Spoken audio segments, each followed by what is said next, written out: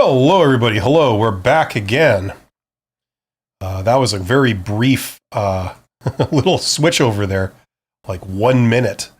I'm just adjusting my camera brightness here. I was just live. For like 2 hours, and we just changed over right now.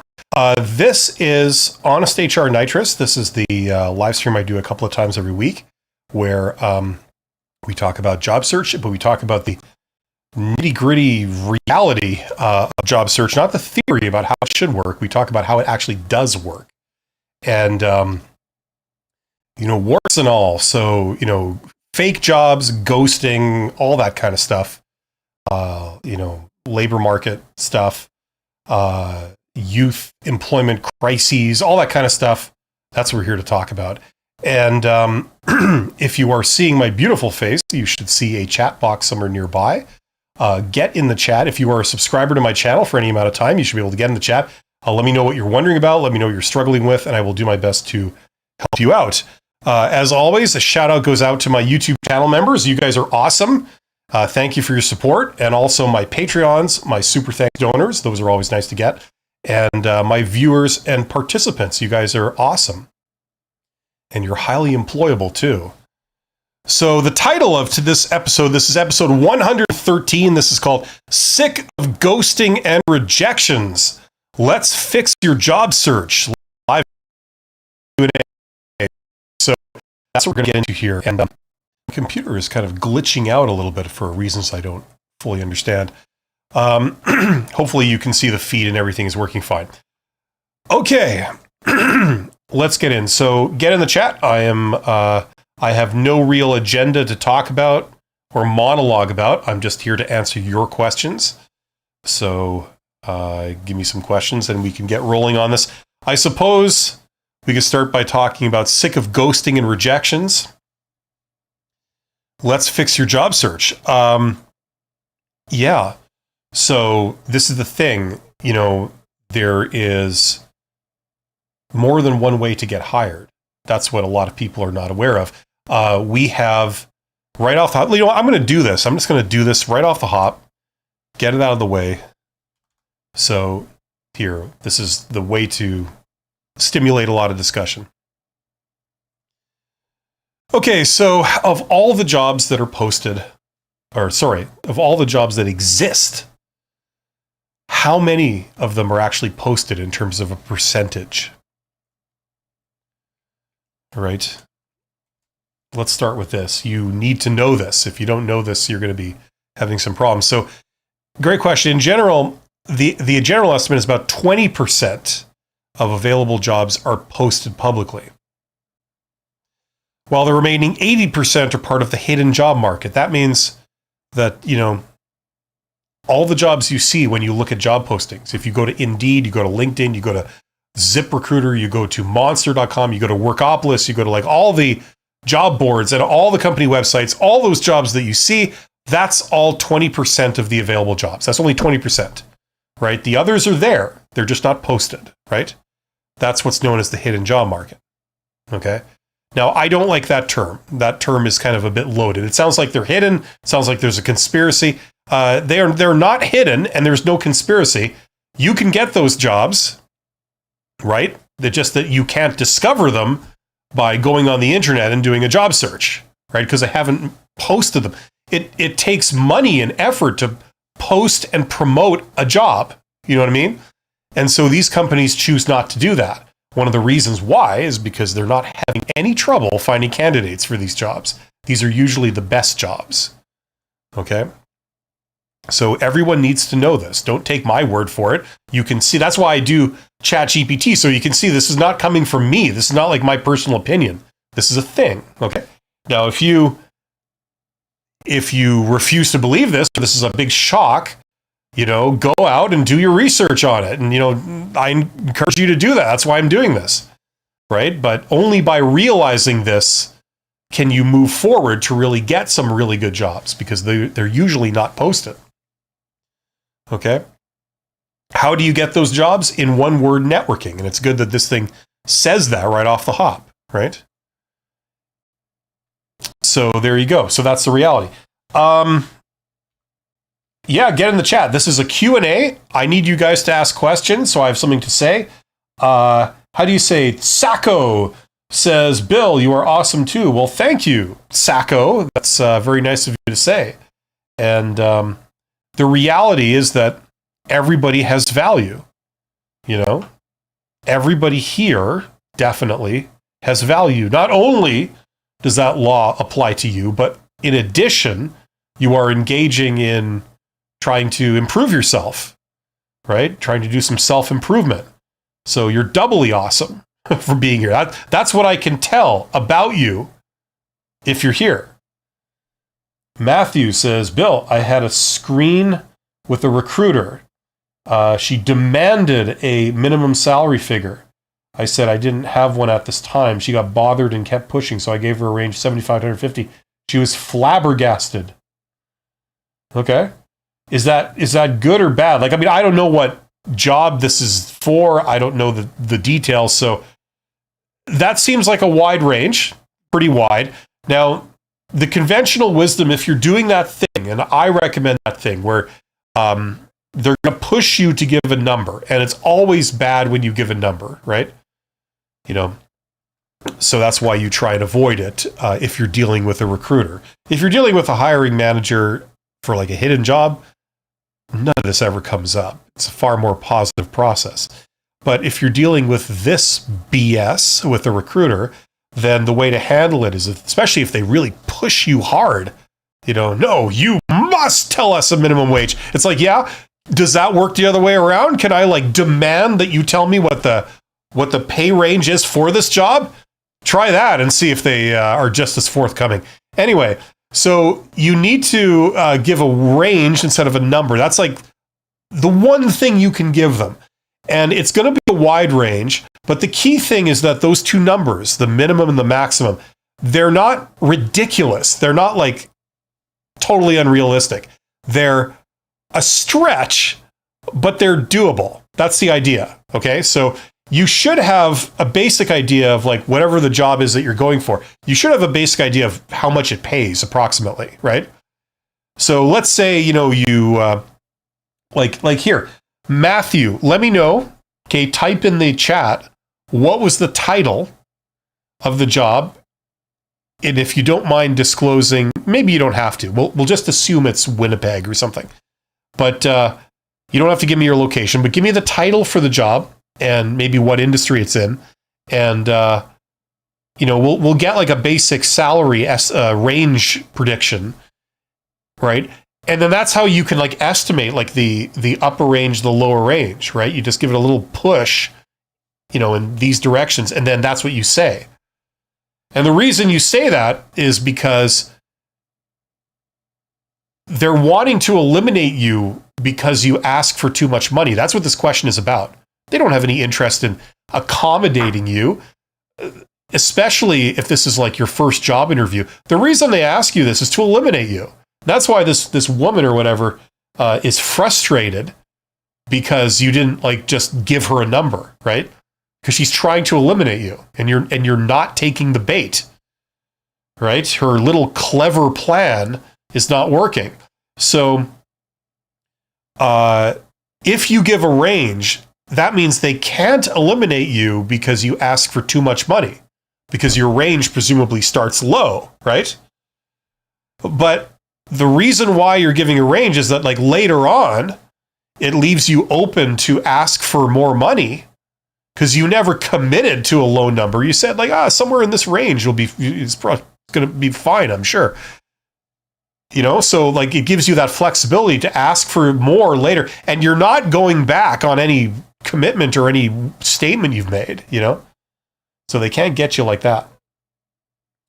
Okay, so facilities maintenance planner in Texas. Okay, let's see here. So I'm just curious. Let's just see here. Okay, so if I am trying to get a job as a facilities maintenance planner in Texas, in the United States, what is an average salary range, like low limit, high limit, median, for that position in that location? Okay, like this is going to be very crude, but you know, you can we can see here. So it's searching the web for us, right? So we don't have to do it ourselves. Okay, so statewide average approximately 88 grand. Okay, so salary by region, it gives you different you know metropolitan areas here. So 95, 75, 85. Salary distribution. Okay, so 20th percentile. So 53 to 90. Like that's kind of pushing it, right? So you could say, I don't know, anywhere between 50 and 100. Like if you really wanted to make a wide range, that's what you'd say, right? But you know, if you're pretty confident they're not going to like eliminate you if you ask for more than 50, you could say like, I don't know, about like 54 to about 90, you know, somewhere in there is probably going to be fine. Something like that, right? That's consistent with what we're seeing here. Assuming these are remotely accurate, they may not be, I'm not sure, right? You see, you even get like, it's going way up here, depending on what the deal is. So, you know, just, so somewhere between, I don't know, like 50 and 100, somewhere in there. I mean, that's all I can say at this point. And then if they push you for more, how do you guys answer when they ask you the same question again? Does everybody know this? What do you do when you give an answer and then they go, no. And then they ask you again. How do you handle that? You give the same answer again with a smile on your face. You say like, well, as I already mentioned, at this point, the only thing I can really give you is a range because I really don't know any of the critical factors. I don't even know what the benefits are for this. So the only thing I can say at this moment is somewhere between like 50 and 100, somewhere in there, you know, would I'm sure would be fine. You know, and then that's all you can say, right? That's all you're going to say. And then they move on, right? There's their answer. They can't eliminate you because you demanded too much money. You're not going to fall into that stupid transparent trap. And yet it leaves you open to ask for more. And why shouldn't you ask for more? We just got, you know, word that, I mean, the salary range, depending on details, can go all the way up past 100, 111 or whatever. You know what I mean? So it's not an unreasonable ask. You know, that question is designed to eliminate you, and you just sidestepped it. Mr. Magoo says, I currently live in New York and I'm looking for a job in California. I have family near the job, so I can move quickly. What do I do when I enter an address for the job application? Okay, so you're wanting to relocate, right? Wanted to make sure I don't get my resume tossed out because I said I live in New York. Well, the reality is that you live in New York. You know what I mean? Like now, if they don't want to pay for your transportation or accommodate you in any way, if you think that there's a chance they may call you up and say, okay, well, we need you to come down tomorrow and be in our office at 10 a.m. to do an interview, are you cool with that? Or are you going to say, well, wait a minute, I'm very excited to do it and I do want to accommodate you. I'm in New York, so can you give me 2 or 3 days to get down there, right? You know what I'm saying? Like you are in New York, so I understand what you're saying. You don't want to be eliminated for that, but then again, that's the reality. Now, it usually works the opposite way. Candidates coming from other regions are regarded as more exotic in general than local people, right?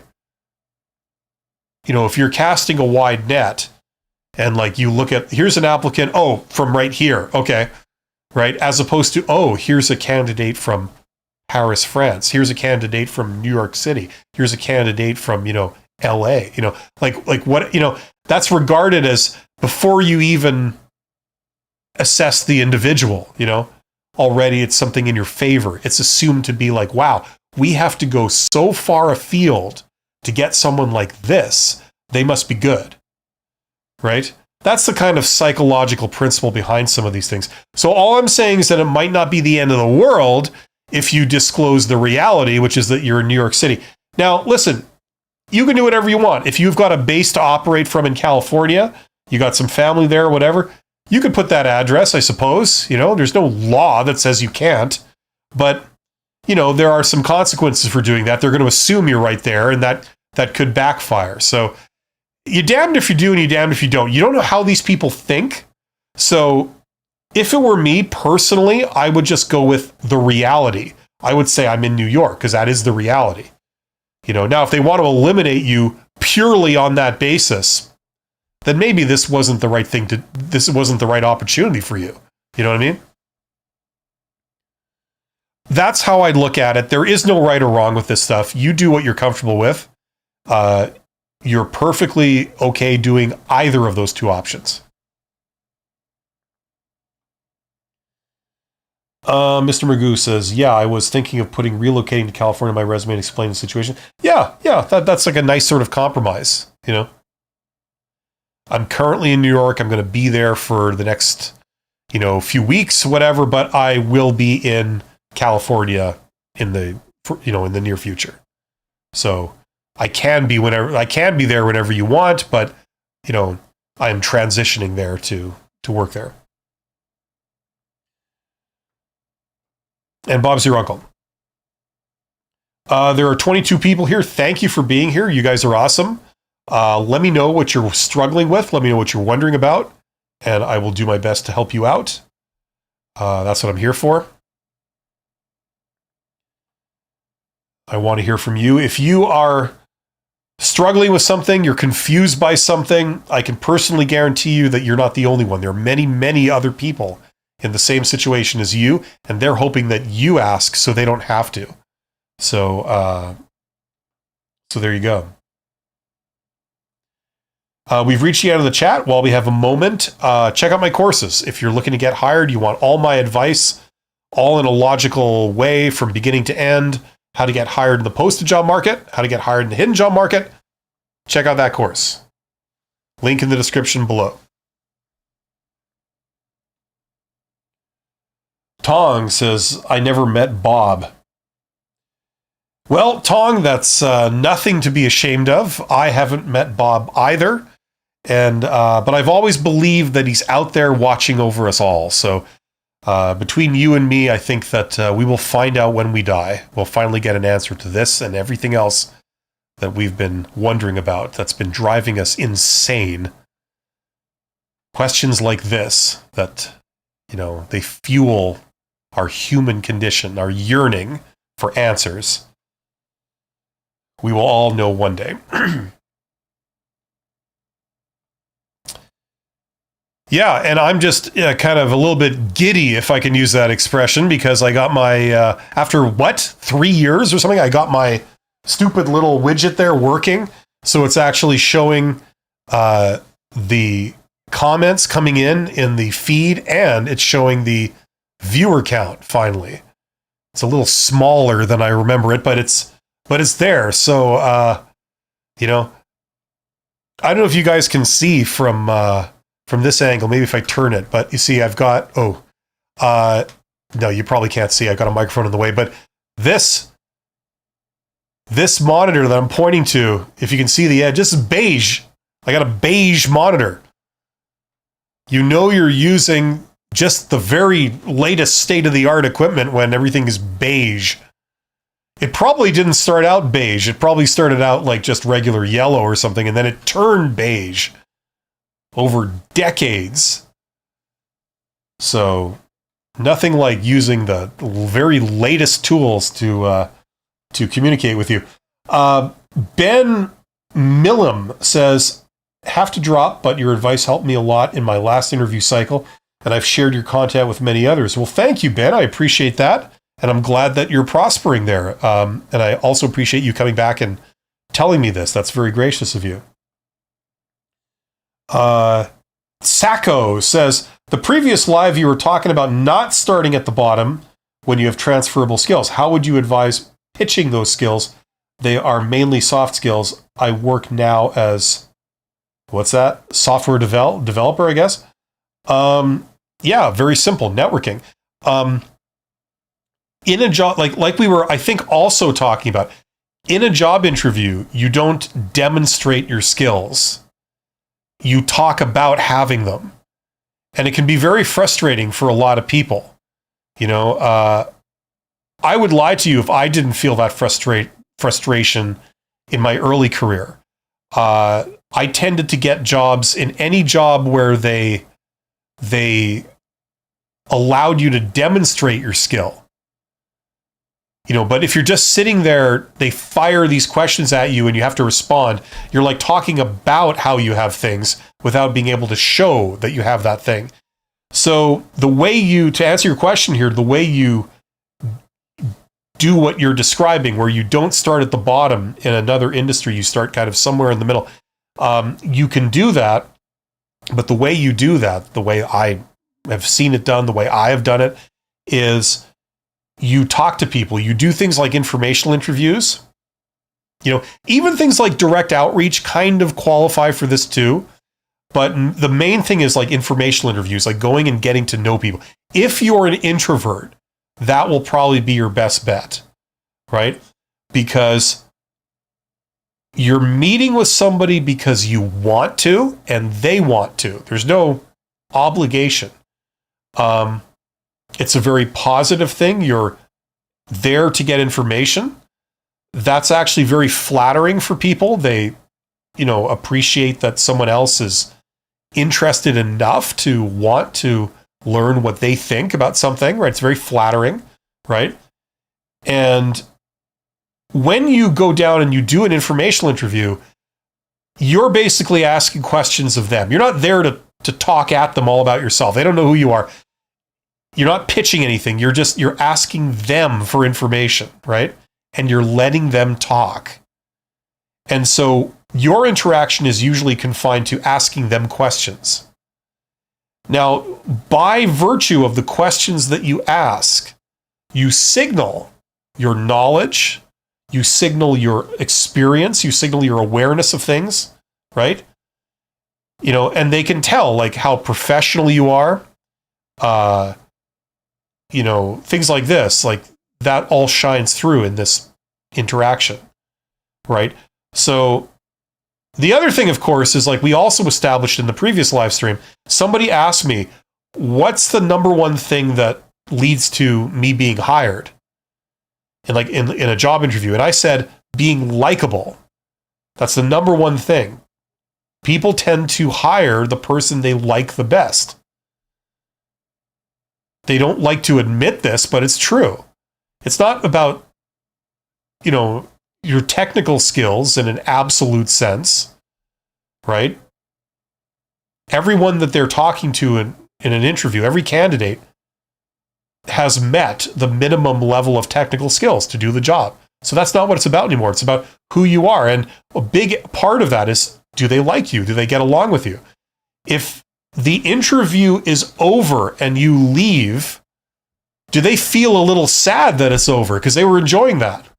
Or do they feel really happy it's over and relieved because that was a horrible experience, dealing with you? What do they feel like? That's what they're going to feel on the job when they have to work with you. So that's what the hiring manager is going to go through. And the hiring manager tends to pick the person they like the best because they have to work with them, right? So in an informational interview, right, this is a huge opportunity. They already feel flattered that somebody is interested in hearing their opinions on something they know about, right? So you go down and you do that. And in the process, they will, like, unless you do anything weird or whatever, they will like you because you're interested in hearing what they have to say. If you ask them intelligent questions and, something they can speak to and they enjoy speaking to, and you're like listening and you're like, wow, that's really awesome. They'll like you, So that's why these things are very effective.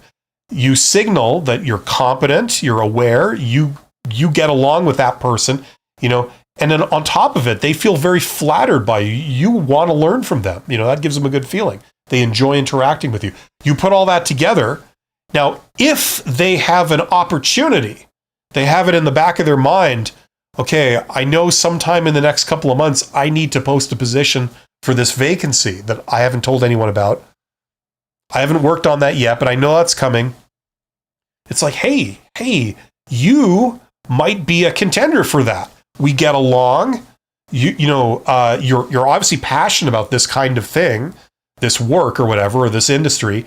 I can tell you kind of, you have some experience and some skills. You know what you're doing. You're asking me very insightful questions on these things. If you are a contender for that job, then that's good for me. I don't have to like search far and wide. I don't have to write job descriptions. I don't have to sit in round after round of job interviews. I can avoid all of that by hiring you. And as an added bonus, we seem to get along really well, So that's how you make stuff happen, okay? Now, this feed has moved. So where was the question here? This was Sacco saying, your previous live, you were talking about not starting at the bottom. You have transferable skills. How would you advise pitching? You're pitching them indirectly as you do this process, right? They see that you're a professional, you're a good communicator, you have some personal charisma, you can communicate very effectively, you can collaborate very effectively, you've got some real people skills there, right? Those are just a few of what you've demonstrated. You've also demonstrated your initiative. And you've also demonstrated how passionate you are about this. You're interested in doing this work. Right? Matthew says, do you have any inside knowledge on what it's like to work for a consulting firm? I hear that the pay can be 2 to 3 times what a standard role at a company can be. Maybe that question is too generic. No, I don't work for like a big management consulting firm. I'm just a freelance. And it's actually pretty mundane. I work with a handful of companies that I had dealings with when I was a CEO. So, that's what it turned into.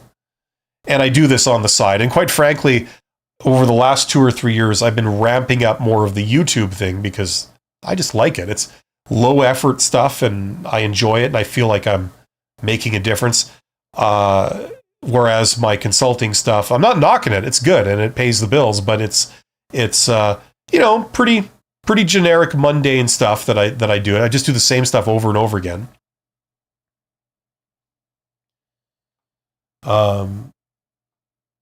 So it's not like I worked for McKinsey or Boston Consulting Group. I'm actually kind of wary of those because, once again, I'm looking at it from the outside in, right? It's tied up with things like private equity and stuff like that, which is its own thing.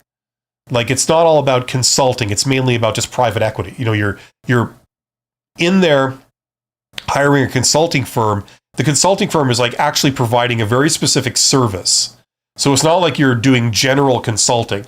You're brought in to do a very specific thing. Like you would hire a contractor, like a plumber, to fix, your plumbing in your house or something, or your home. You would bring in the consulting company to do a very specific thing that you need and then go away, right? The other thing is that a lot of it is based on like accounting and finance, a lot of like accounting and finance type stuff. And it's, I don't know, there's a lot of things about it. The problem is consulting is a bit weird because it's all based on trust, right? Now, when you hire a big consulting firm, it's not because you know and trust the individuals like that you might actually be working with, some of the lower level employees. It's because McKinsey or Boston Consulting Group, right? That's where the reputation is, right? Now, maybe deservedly so, that's where the reputation is, but it's led to a lot of people who have worked in those big consulting firms to then think that they can go freelance. And what they find is that no one who's never worked with them personally before really trusts them. You're an unknown quantity, you're an unknown.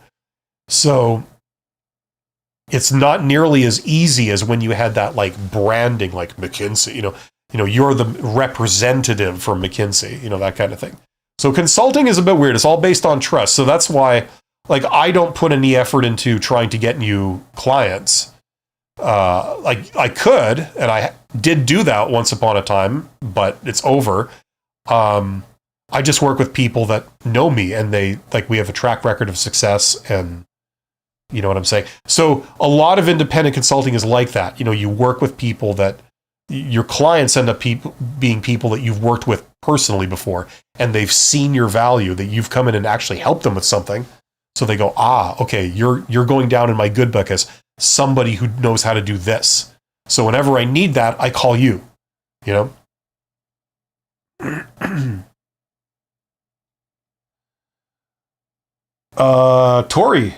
Tori's back.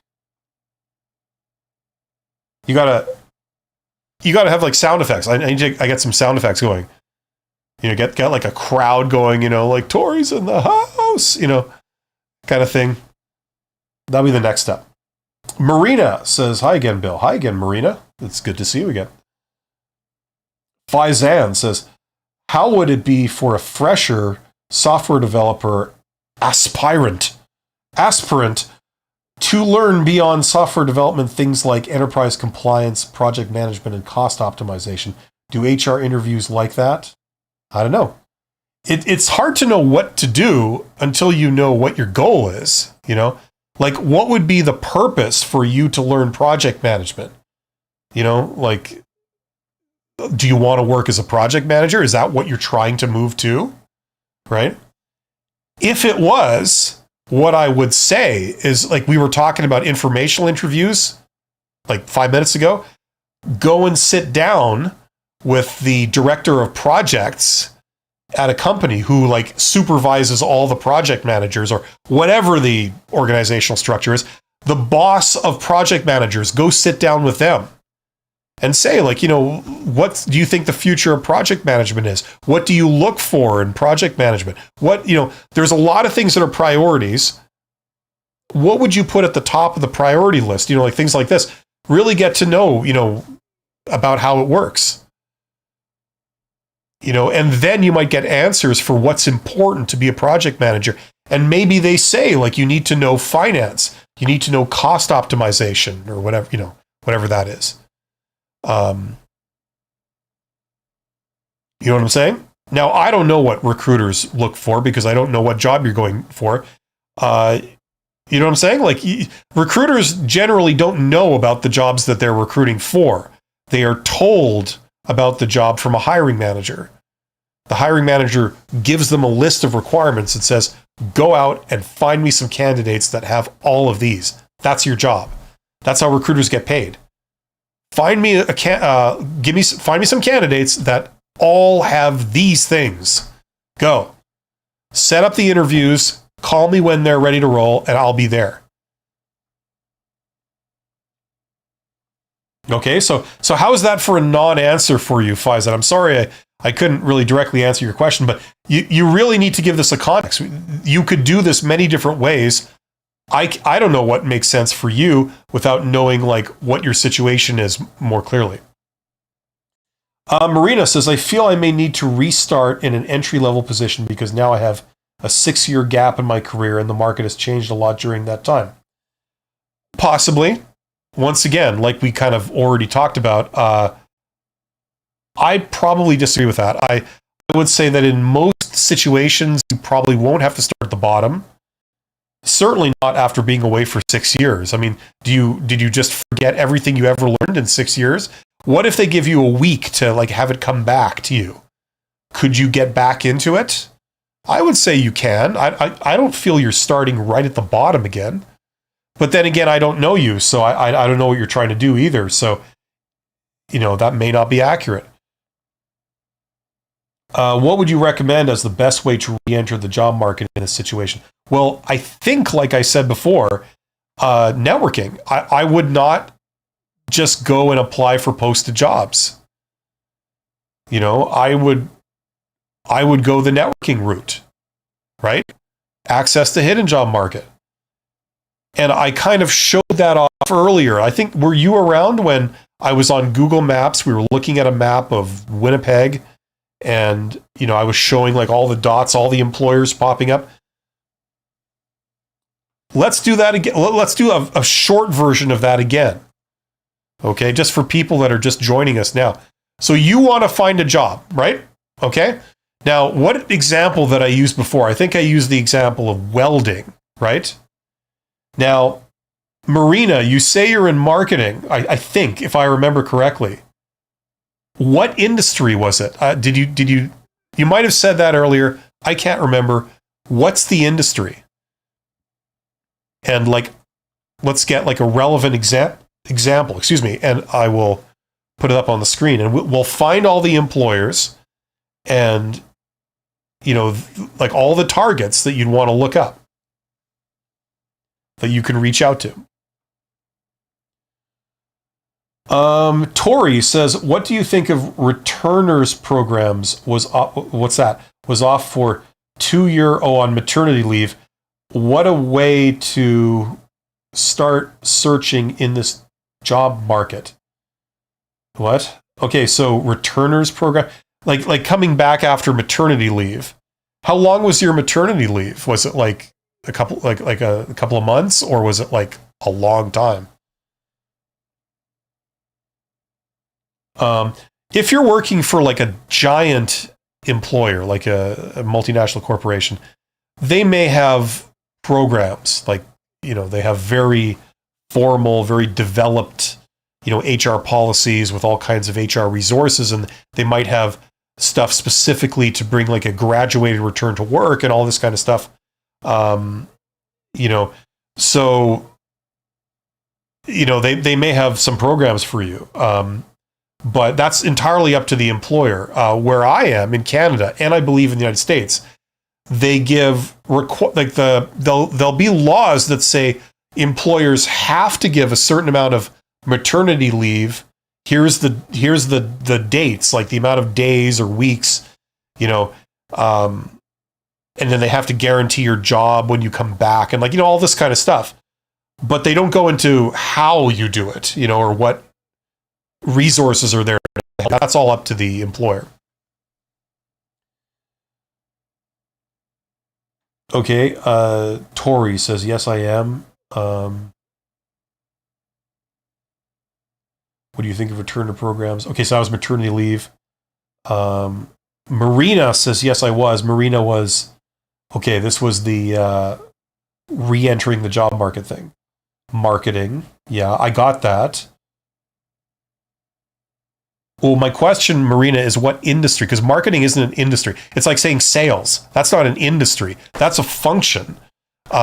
You could be in the, automobile manufacturing industry working in the sales and marketing function. You're selling cars, right? You're promoting cars. You could be in the pharmaceutical industry, in the marketing department. You're promoting drugs to doctors and hospitals and things like that. You know what I mean? Like, what industry are you in? Tell me that, and we'll go there.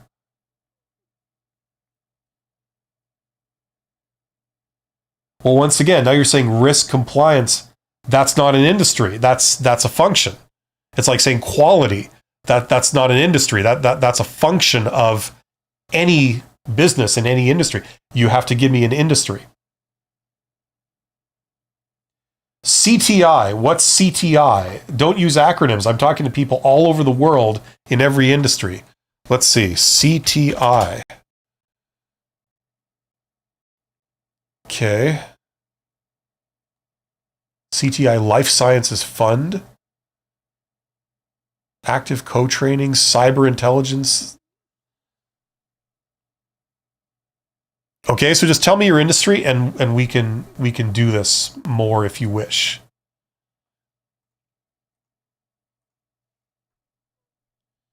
We're right down to the end of the chat, so get in the chat. Let me know if you guys have any questions. There are 20. Well, that says 23, and that says 19. 19 people here. Thank you for being here. Tori says Columbia Threadneedle Investments. Okay. It's interesting how you think I would have known that just from the acronym. So investments. Let me just, if you don't mind, you know what? I'm not going to do it on the air because this is your employment, your employer or whatever. Columbia Threadbare, was it? Sorry, Columbia Threadneedle Investments. What exactly is that?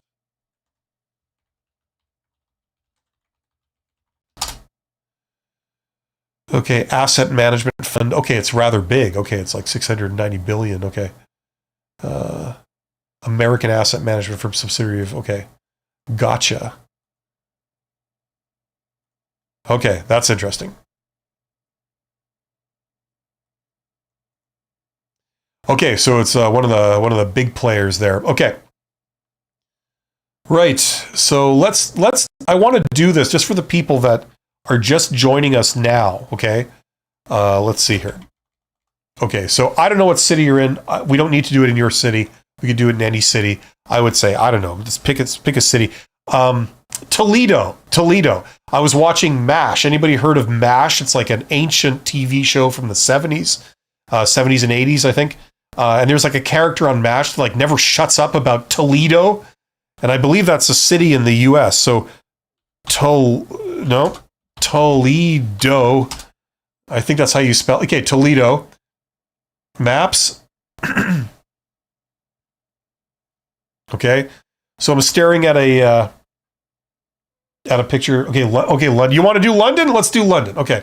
Well, wait a minute. What London? London, England, London, Ontario. What are we talking about? Anyway, let's do Toledo.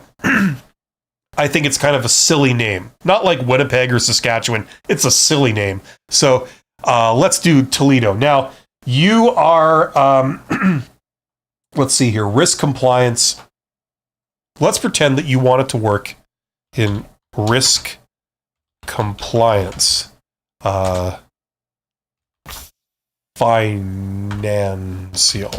Financial, something like that.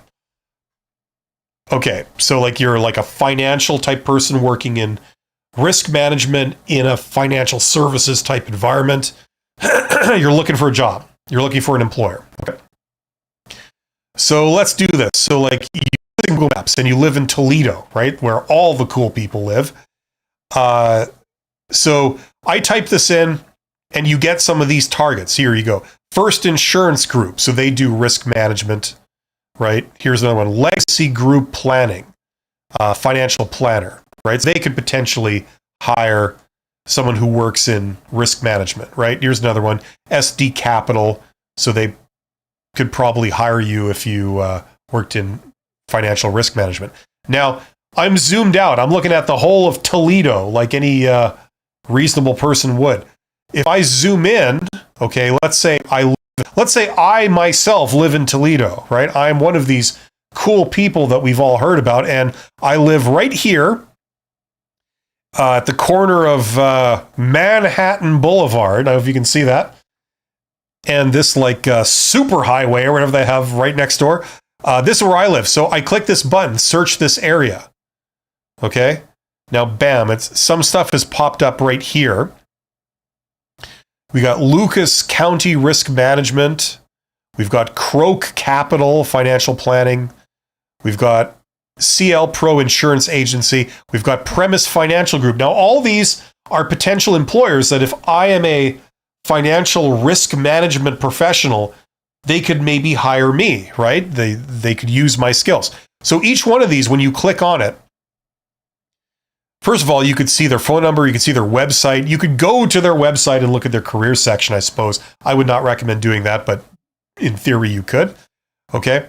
Right. So you've got a list of targets, right? Now we're zoomed in quite a bit. If I move over here and I say search this area, okay, we got a couple. We got Wilcox Financial Group, financial planner.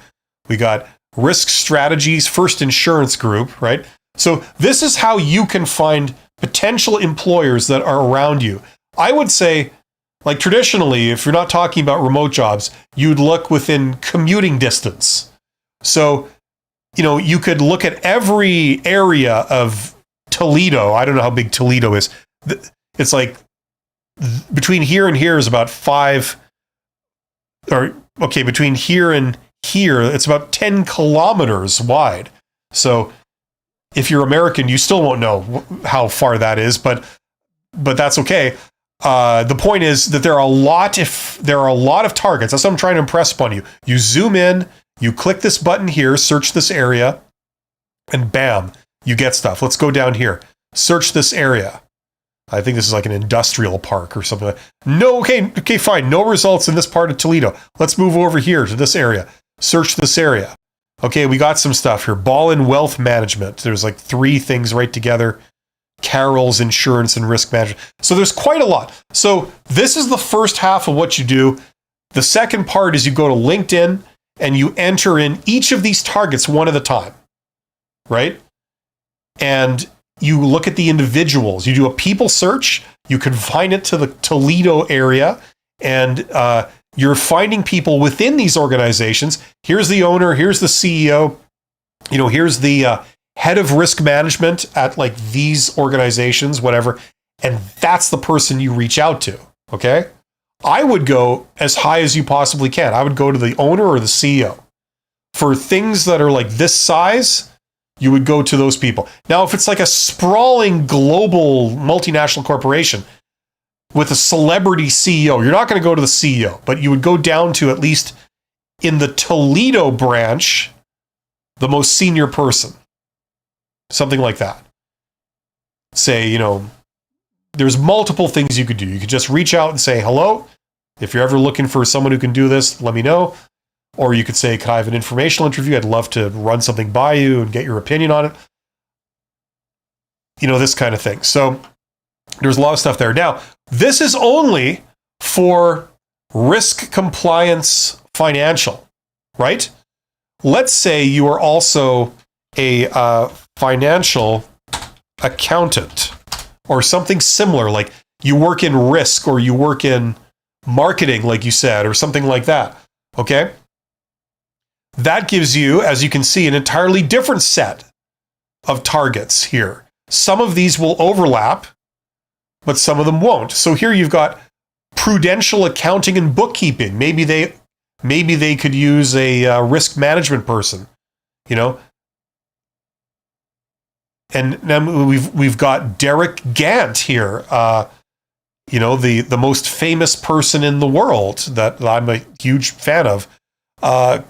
Colburn Patterson LLC, tax preparation service. So like there's even more. So thinking of what to put in here, you can put in multiple things here. It reveals multiple targets. That's how you can find employers, right?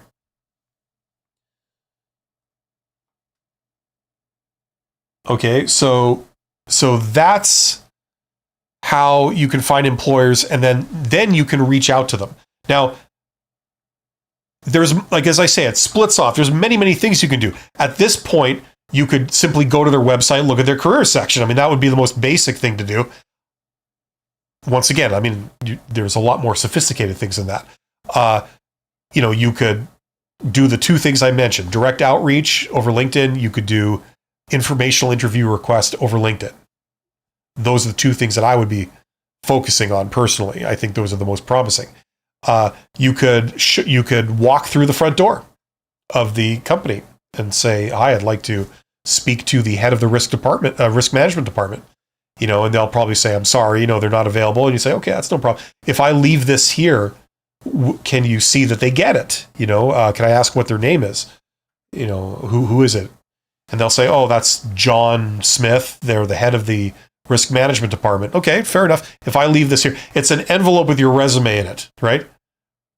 If I leave this here, will you see that they get that? Is that okay? And they'll probably say, "Sure, yeah, that's no problem." It's like, okay, well, here, if you could leave that for them, that would be great. Thank you very much. Do they have a business card? Maybe here or something, right? And then you leave, and then you follow up with a phone call or a voice message, and you say, "Hey, John, I left something for you at the front desk. I'm just following up to see if you received it. Please let me know." If they say yes or no, it doesn't really matter. You say, like, "Listen, I just want you to know that if ever you're looking for someone who can, do this, risk management, or if you're ever looking for a fully qualified risk management professional, I am such a person. I solve this problem. I live very close by. I know you guys do great work in that area. If ever you're looking for that person, please let me know. I'd love to join your team. That's all. Thanks and have a great day." Something like that. Right? I mean, there's all kinds of things you can do, right? based on what you're comfortable with and what your goals are. Okay. Marina says, oh yes, I was a marketing manager back home working for supermarket chains. Okay, well, you could do the same thing with supermarket chains. Find all the managers of the supermarket chains, the people that running the stores, like the general managers, the people at head office, like directing the, you know, the operations for the region or whatever, you know, and then target them, reach out to them. I'm sure they have risk management people and financial people working for them, you know? So that would be like another thing. You would go back here and type in, you know, the supermarket stuff, right? You know, food industry things. Tons of other candidates. You know how much work there is because there's so many targets, right? Some of those people are hiring right now. You could easily do 100 of these messages in a day. And for a lot of industries, like 1% of them, 5% are hiring right now. Even if it's 0.1%, you know, you send 1,000 of these, which you can do, which will take you a couple of days. There's a person that is looking for someone like you that you just made a connection to, and they're thinking like, wow, you know, we might be able to hire you. That would solve our problem. This keeps moving on me. Where were we at here? Okay, Tori says onboarding KYC investment firm London. Okay, so hopefully that example helps a little bit. Nella, is that how you say that? Hi there from Montreal. Well, hello. We're getting a lot of Canadians on here today. What do they say? This is the process that separates the awkwardly feminine from the possibly Canadian. Alex Rosca says, I've applied directly on 2 company sites and the rest of CVs on recruiting companies and nothing. Do you think that on automotive section main problem are the Chinese cars, thus they are not hiring? No, I don't think that at all.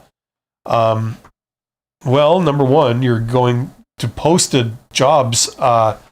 If you're going to posted jobs, you have to apply a lot to get anywhere. The other thing you pretty much have to do is you have to customize your resumes to each one. You know? Now, in the old days, that was just not possible. It's too labor intensive, right? Too much work. But these days, you can with AI, right? You know, you go to ChatGPT, you say, okay, here is a copy of my master resume, and you paste it right in here, right? And it says, okay. And then you say, here is a copy of the text of a job posting I'd like to apply to. Hold that in your memory, and you paste it in here, right? And it says, okay. And then you tell it, okay, listen, here's what I want you to do. I want you to take my master resume with all the stuff that I have on there, or that I could put on a resume. I want you to take that. I want you to make a custom version of my resume that's suited for this job posting, because I want to use it to apply for that job. And I want you to optimize my resume to give me the highest possible chance of being selected to come in for an interview for that job. So what it will do is it will start using their lingo to describe your stuff. Then it will look at what they're asking for, the requirements, and it will put that stuff that you have, it'll put it prominently on your resume right up front, right? It'll strip away stuff that you have on your resume that has nothing to do with this job. So it's like diluting what you do have, right? You know, and you might have to tweak it a little, like, you know, a couple of iterations, and then proofread it, paste it into like a Word document or whatever, and then send it off. You know, there's your custom resume for that position, right? It's just a version of your resume that's optimized for that job, right? If you want to apply for posted jobs, you got to do stuff like that, right? Or else it's you get like 1 bite out of 1,000 or something. You know what I mean? It's they have so many people applying for those jobs that they can afford to be very picky. And so the only people that they call back are ones that are like extremely close matches, you know? And they're ranked by computer usually. It goes through an ATS system. And the ATS system that's the thing that reads your resume. And it ranks all the applications based on how good of a match, how much they score, right? So there's a hell of a lot better ways of getting a job and more ways of getting a job than going through recruiters. Okay? If you don't believe me on this, go do your own research. We've been talking about a couple of them recently, just now.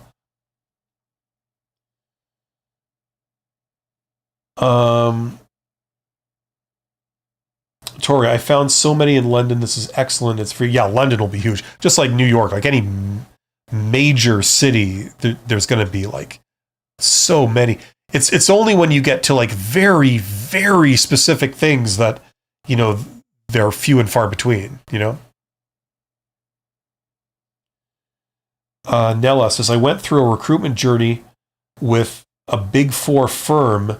Made to now, I was given a verbal signal that I'm on the top of their list for the offer, but that firm got a directive to pause all offers. Yeah, that's what they always say. It's been 3 weeks since the recruiters shared this with me. They were talking. I hate to say this, Nella, but like I don't know for sure. But what you're describing, that's their language for no. So sorry, if that's what it looks like to me. Okay. They don't want to give people bad news. They don't want to say, sorry, we've decided we're not moving forward with you.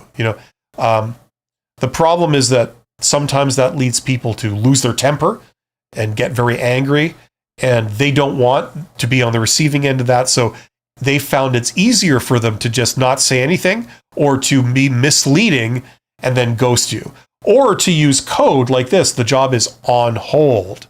Right? Now, sometimes a job genuinely is on hold. It is a thing. But they use that expression very conveniently when they've just decided to move on with other people, right? Now, listen, if that's the case, Nella, if that is the case, okay, you're doing fine, okay? This is no reflection on you whatsoever. This is normal. This is what job search looks like for everybody. You get rejected a ton of times before you get any kind of yes or bite. You know what I mean? It's just normal. It's statistical probability. Okay, so what you do is you keep going. The secret is to apply for a lot of things, and then the things you apply for, you try to do as good of a job as possible. So it's weird. It's like a quantity and quality approach. Okay, that's for posted jobs. That's how you do it. Okay? You're doing fine. Okay? If these people contact you, great. I hope they do. But in the meantime, stop sitting by the phone waiting for it to ring, proverbially, right? Instead, be focused on what opportunities are you going to pursue? What new things are you going to put yourself up for? What new employers you're going to reach out to? What new jobs are you going to apply to? Right? The more of those you do, the more hope you have that something's going to happen soon. Right? So you focus on that. Keep moving forward. Don't stop and wait by the phone. It's not productive. Neither is it good for your mental health.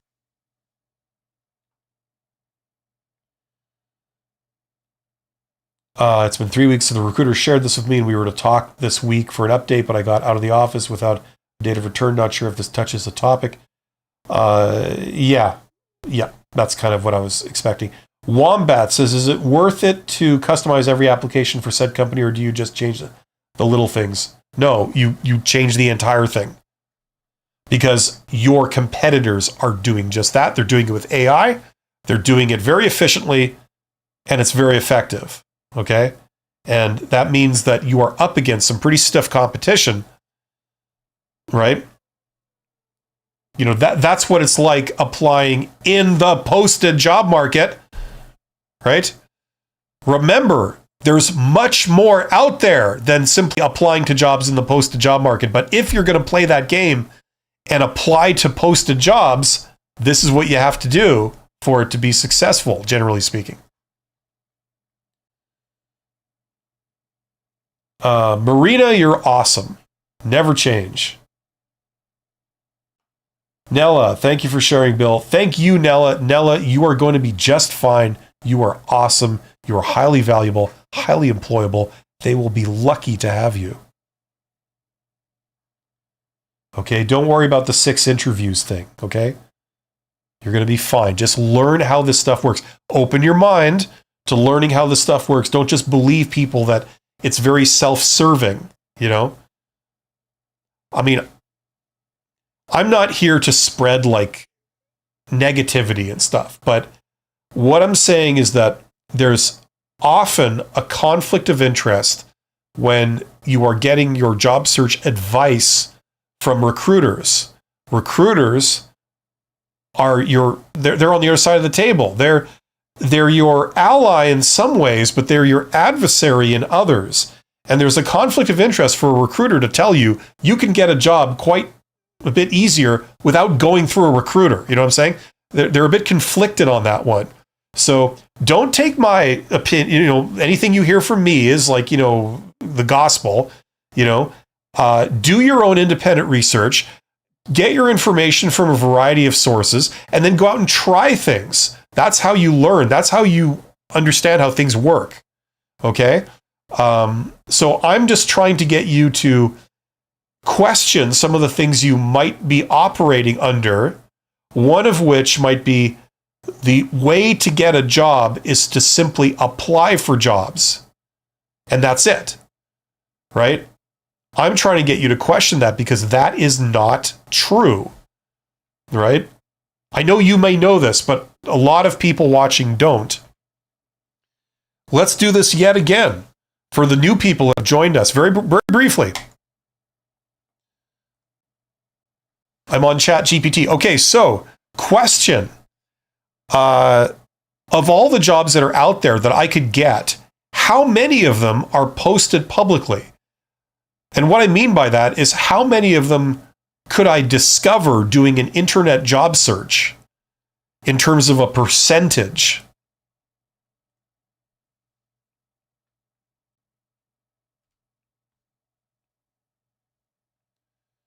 Okay, so like this is not coming from me. This is ChatGPT. Now, ChatGPT isn't exactly the oracle of, you know, absolute truth or anything, but start your research with like some of these AI tools. Go to Google, you know, and then go out from there. Like talk to people, you know, do everything you got to do to corroborate this. So only about 20% of available jobs are posted publicly, right? So all the stuff you're seeing, that's 20% of what's actually out there.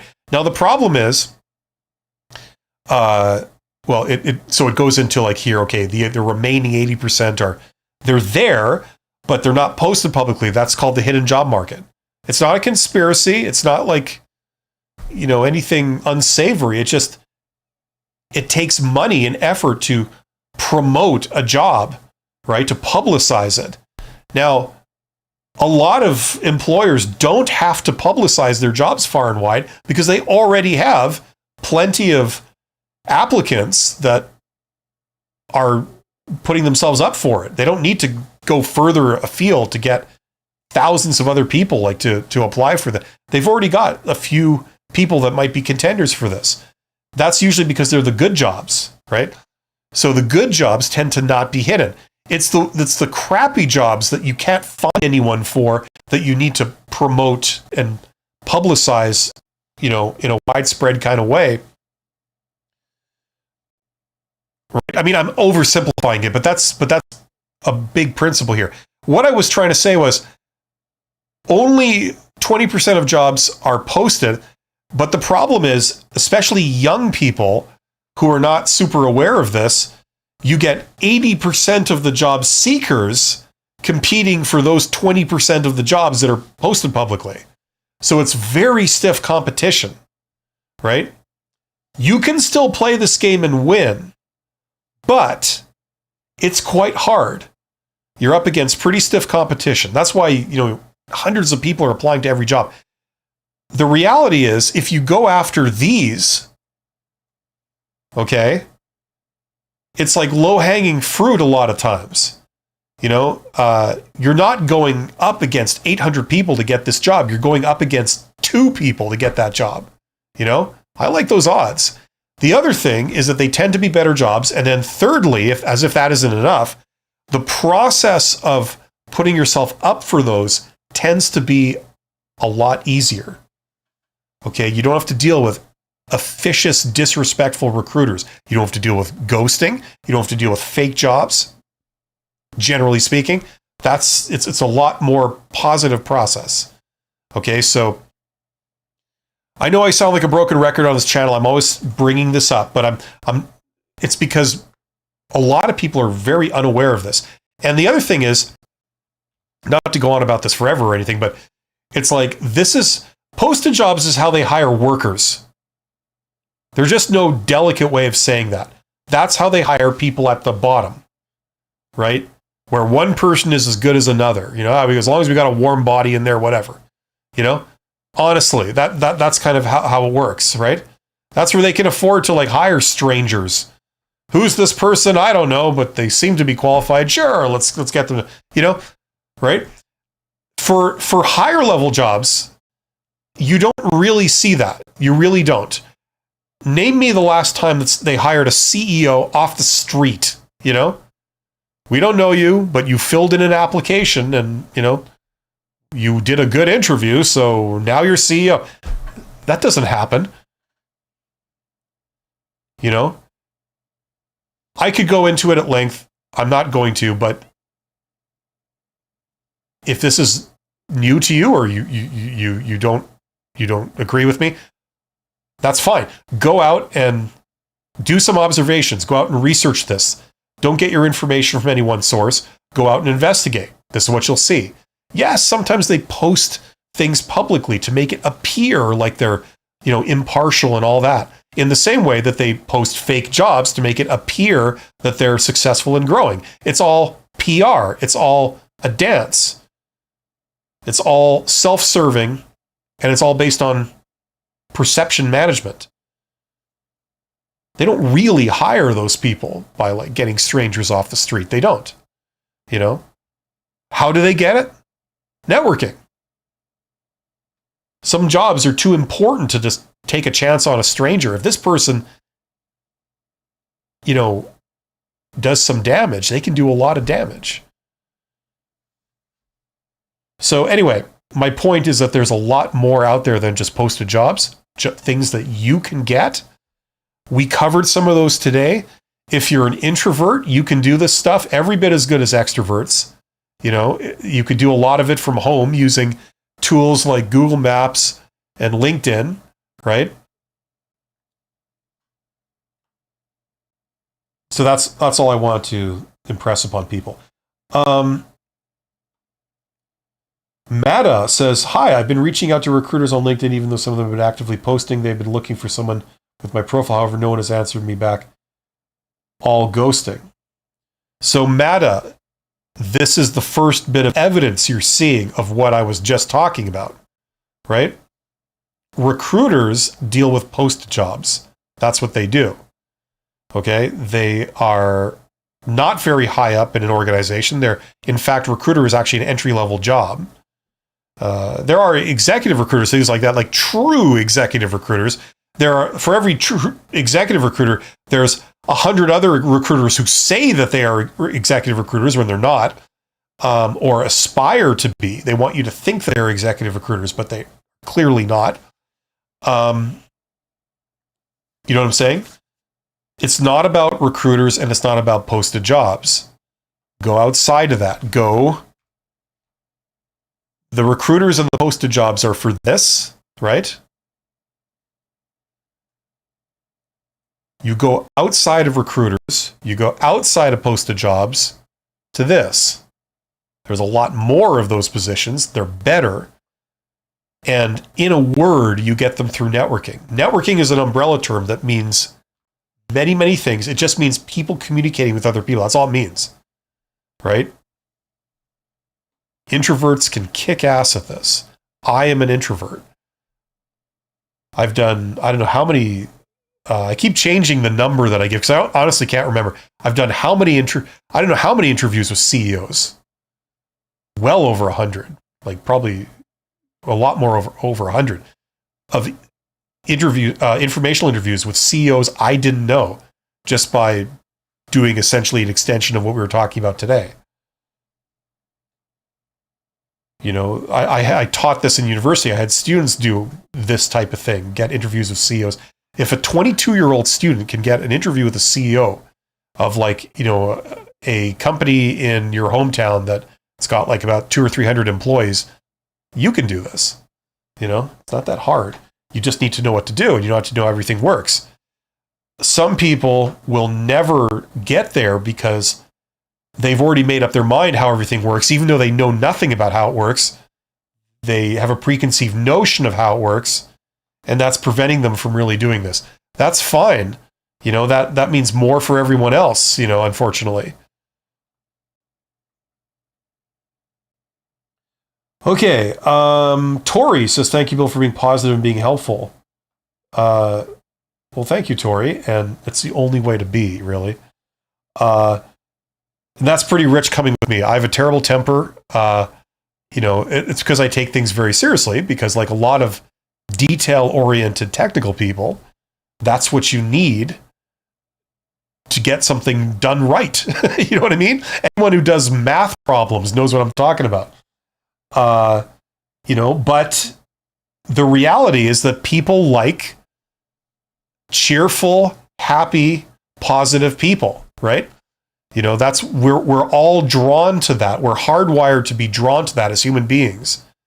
You know, so that's the reality. If you want to get along in a job interview, if you do an informational interview with somebody, you need to be pleasant, you know? That's how it works. So cultivate that. Everyone here, try and cultivate that. You'll go far.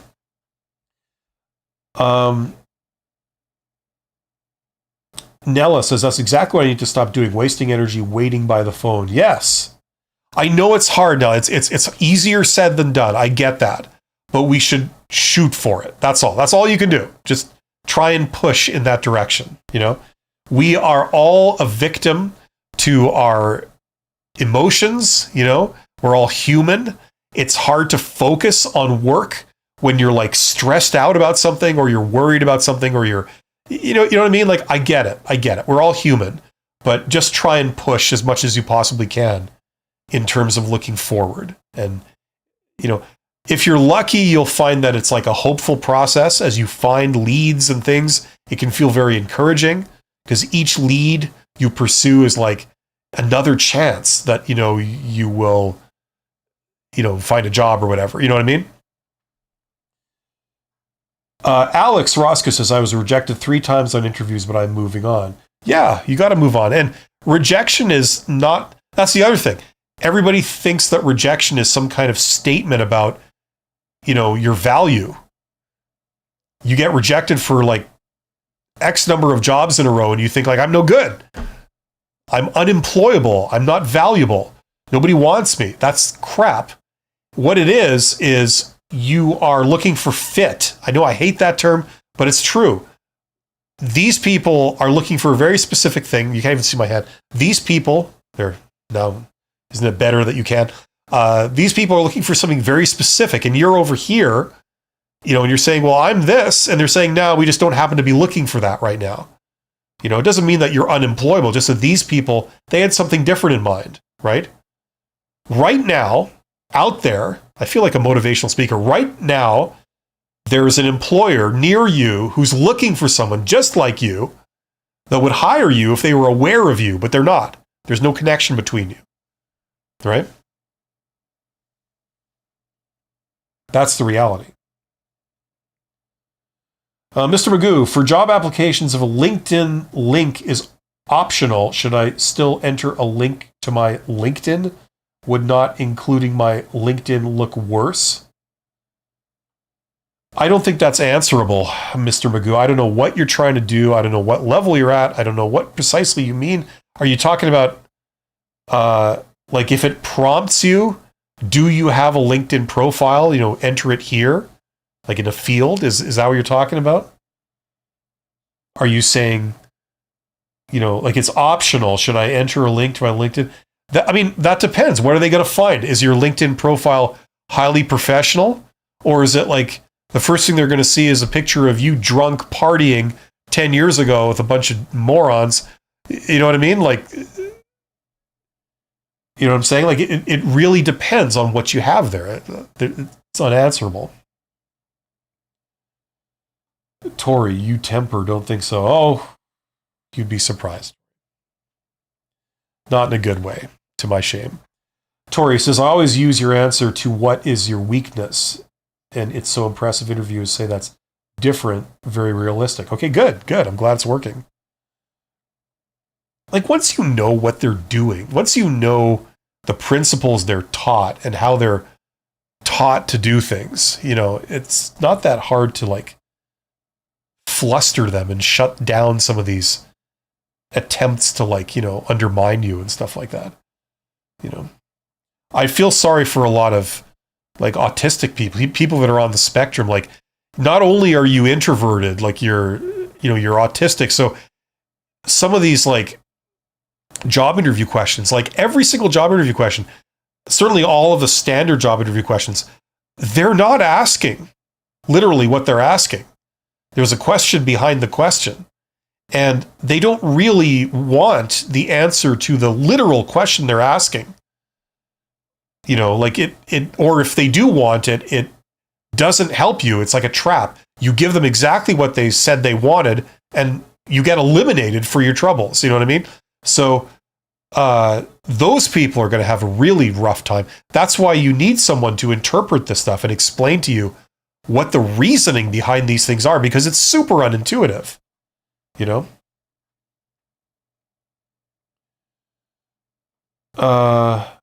Tori says, your interview tips are good, not robotic, very realistic. Well, thank you, Tori.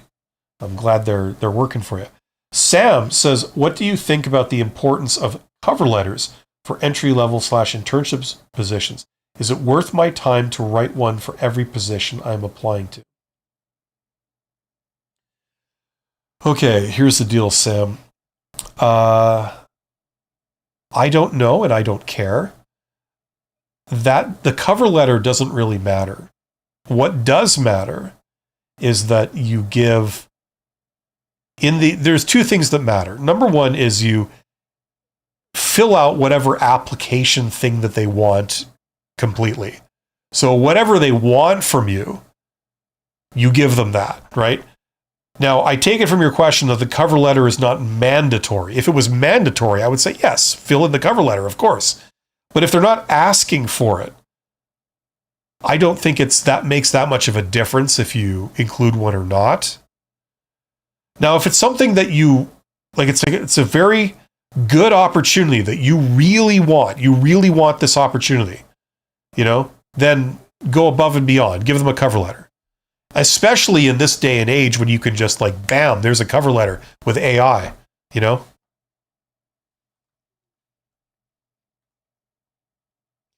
Can you write me a medium length cover letter for an internship for, I don't know, an engineering position in a electronics manufacturer company, please?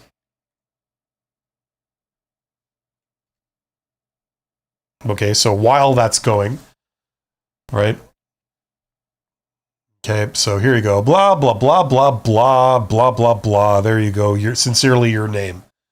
Okay, so like anybody can do it. Now, if you're just doing this like a paint by the number thing, you're concerned about, is it worth my time to do this on an application? When you say stuff like that, what I get from that is that, you don't really especially care about any of these opportunities really that much. They're a dime a dozen, you know what I mean?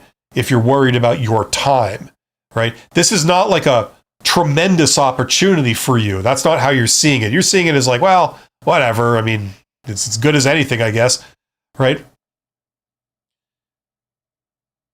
In that case, if that's your attitude, I'm not beating up on you. I'm just saying, if that's your attitude, you probably won't be selected. You probably won't be the top of the pile when they come to look at the results. Okay? That's the unfortunate reality. Either do it properly or don't do it. Okay? Now, what's more important than the cover letter? I'll tell you what's more important. If you're applying for an internship at, say, a university or a trade school or whatever, okay, there's going to be somebody there who is in charge of the internship program, right? Some kind of administrator, right? In addition, there's probably going to be other people, maybe they're instructors or, I don't know, consultants, whatever, that they're maybe not running the internship program, but they're certainly contributing to it. They're a member of the committee that makes decisions on which students they admit into the internship program, stuff like that. They have a say, right? Maybe they're an instructor that also works at that company that is hosting the internship, right? Okay. Here's what you do. You go to these people, right? So say the administrator, let's talk about them first. Knock on their door, find out who they are, knock on their door. Say, hey, you got a moment? Can I just ask a question? They say, sure. Like, you go to them when they're not stressed out, when they're not in the middle of something. Immediately after lunch on a Friday is a good choice if you don't know otherwise. Okay? And say, hey, you got a moment? And they'll say, hopefully, sure, yeah. They invite you in. You say, okay, listen, this internship program, I've been looking at it and it looks like a great opportunity. Here's my situation in a nutshell. I have this, these are my grades, this is what I'm trying to do. Does it make sense for me to apply to this? And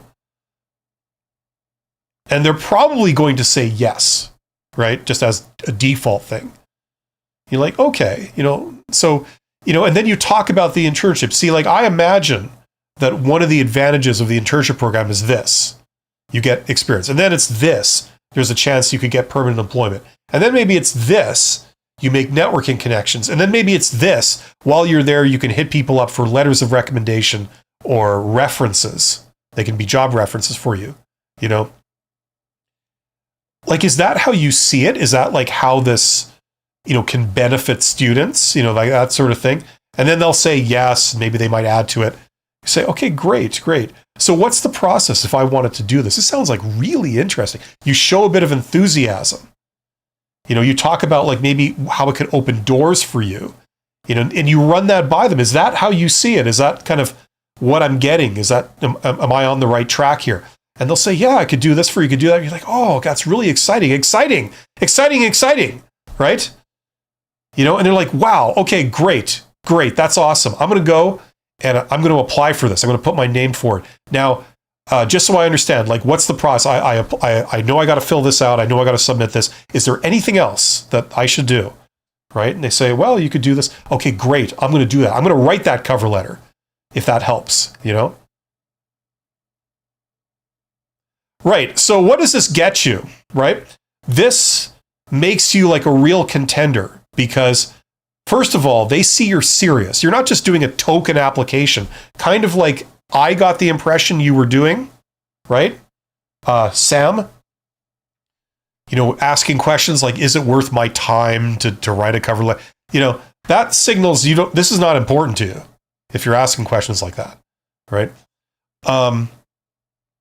They don't want to pick that person for the internship, no matter what your grades are, no matter what the situation is. They don't want that type of person in the internship program. They want people that are going to be enthusiastic about it. They're going to recognize how good of an opportunity this is, and they're going to like be super happy that they're there. And they're going to avail themselves of the opportunity fully when they're in that program and do all the things we mentioned, right? So that's the way to get them to stack the deck in your favor, because you're the only person of all the applicants that showed up, that showed your enthusiasm, that showed that you understood what it could do for you, and you understood the reason why this program exists. And that's the kind of result they want. They want a student that's going to really take advantage of it and going to be like a poster child for why we have an internship program, right? Okay, so you go and you see the administrator, and then you do that again for any instructor who is on the committee that, contributes or advises, the internship program, anybody that has influence over that, you do the same thing again with them. And you make sure that they understand your enthusiasm and your awareness of how good of a thing this is and that you're really pushing for it. And when they come to discuss this, they'll really, really be rooting for you. Okay? That's what I would say. Cyana says, while rejections can feel personal, we need to remind ourselves that they are not personalized and actually mean very little, if anything, about us personally, sometimes easier said than done. Absolutely. Tori, what do you think of Workday applications? I don't know what those are. If you could explain, I'll answer. I only have another 5 minutes or so before I have to wind this down. There are 19 people here. Thank you for being here. Sam says, thanks for the feedback. Your videos have been very useful in the job search process. Well, good. I'm glad that they're helping. Okay, if anyone has any last questions, ask them now or forever hold your peace. I will be back on Friday. Same time. On Friday, I've got another one of these, Honest HR Nitrous, like where we talk about job search and stuff. Earlier in the day, I have another live stream, but it's more about business type stuff. I can't remember what I'm talking about this episode. But it's like a sort of business topic. So if you're into like the business type topics, if there's anyone here that's into that, show up in the morning. And Bob's your uncle. I think I've said that about 4 times today. That's interesting. But it's such a wise expression. You could really use that as a template to how you live your life, I think. Nella says, thanks so much. First live. Videos have been really valuable, especially for our own expectations. Well, good. I'm glad. It's good to have proper expectations, but the real benefit that at least I would like to think I'm doing is trying to open people's minds to how stuff works. The more you know about how things operate, the more you have a better idea of what to do that will further your cause. So if your goal is to get a job or your goal is to get a good job, like you've had many jobs before, that's not really too much of an issue, but you want a job that it lasts because it's a good fit for you. You get to work with good people. You get to do good, stuff that's suited to you. You know what I mean? Then it's worth it. Mada says, hi, Bill. How can I reach out to hiring managers? I live in Europe, and here reaching out people out of the blue is considered weird. Well, if it's weird, then I guess you just can't do it, right? I mean, we wouldn't want something to be weird. Right? You know what's weird? Weird is doing something different from the herd. Everybody goes and they does their thing. And if you dare to do anything differently or have any hint of individuality, they might find it weird.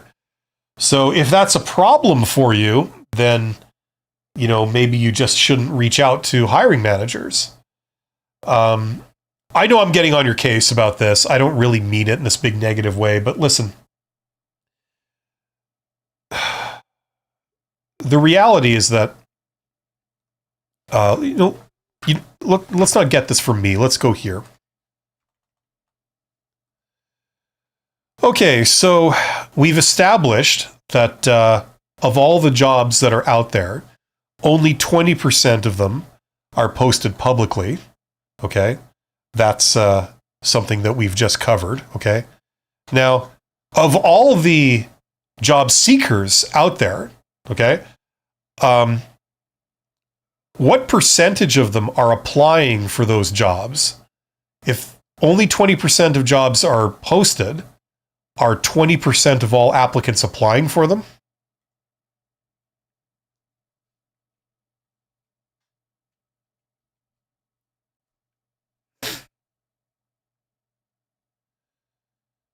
Great question. No, it's not a direct one-to-one relationship. While 20% of jobs are posted publicly, a larger percentage of job seekers are applying for those roles. In fact, studies show that most job seekers focus their effort on posted jobs, largely because they're the easiest to find and apply to. In reality, yeah, they're easiest to apply to, they're not the easiest to get. That's the catch. In reality, more than 50% of job seekers tend to apply primarily or exclusively to the 20% of position. I think it's a lot more than 50%. I heard it was 80%, and that's kind of in line with my observations. Accessibility, awareness. Okay. So this focus on publicly posted jobs happens for a few reasons. Accessibility, posted jobs are easy to find, on job boards. Awareness, many job seekers don't realize that the hidden job market, the other 80%, exists or may not know how to access it. Now, today in this live stream, just so everyone knows, because you might be joining late, I showed everyone how to access those jobs, or more precisely, the employers that have the hidden jobs, right? And then we talked about how to actually reach out to them, right? Specifically. So I've already covered that today. I'm not going to rehash the whole thing now, but just go back in the stream and we talked about that. Okay, while 20% of the jobs are posted, over 50% of job seekers are applying for them, missing out on the much larger hidden job market. See, you're not getting it from me. This is a thing. That's why shifting focus towards networking, referrals, and direct outreach can help uncover opportunities. Now, if you know a ton of people, then you can go for referrals, right? But if you don't know anybody, right? Networking. Now, it even mentions direct outreach. Direct outreach is one of the things within networking, right? Okay, but there's a lot more in there. I did a video 6 weeks ago, approximately, called How I'd Get a Job. And in that video, I covered 11 different methods of job search. Check that out. Not that you need to do all 11 or anything, but maybe hearing about some of the others will give you ideas, and you can incorporate it into your job search campaign. A good job search campaign, it involves more than one thing, okay? So if you're applying for posted jobs, that's fine. You don't necessarily have to stop, but what I'd recommend is that you add on other things, okay? I have to wind this down soon. Let's see if I can just quickly go through this here. Okay, Nella says management. Thank you much, Liv, especially of our own expectations. Management. Okay, yes, expectation management. Expect that you are valuable, that you could, there's a lot of people that could make use of your skills, talent, and enthusiasm. You have a lot of skills, you have a lot of enthusiasm, you're like an easy person to work with. You're in demand, you know? A lot of that stuff on the hidden job market, you get it, not because you're the most qualified, but simply because you're the only one to show up. That's how that works. You know? You're welcome, Sienna. You're welcome, Sacco. And you're awesome too. You are influencing many lives for the better. Well, thank you, Sacco. Mada says, by the way, thank you for your content. Great. Thanks, Stuart. I got 2 great jobs, but now my 2 great jobs. I take it the first one didn't really last very long, I guess. But now with my experience, I believe I'm ready to get more responsibilities. I'm struggling to find those opportunities. Okay, well, now you're ready to take the next step. Come back on Friday if you've got more specific questions and we can get into it. Thanks, everybody. You guys are awesome. Hopefully you got something out of this. Check out my courses. They're on the screen. If you want all my advice for job search, for example, in one place, talking about how to get hired in the posted job market and then how to get hired in the hidden job market. Okay, if you want that, you want to learn that with me, check out that course. There's a link in the description under this live stream. I have a link to the course itself, and then I have a link to a video I did that describes the course, so you can see what you're getting and how it works and all that kind of stuff, if that's useful. And then I have these other 2 things. If you want to learn business, check that out. Best bang for the buck anywhere. And then if you are wanting to improve your communication skills, to be a contender, to get promoted upwards like into management or anything that requires more advanced communication skills, check out that course. It's called Write Like a Professional. It is about writing, but it's mainly about what to say, what to communicate. So there you go. Everything I learned from going from a supervisor when I started to a CEO when I ended my corporate career, everything I learned along the way about communication skills, I put into that course. So check that out if you are interested. And I'm really glad that that little widget now is now working after about 3 years. You guys are awesome. I will see you soon. Take care.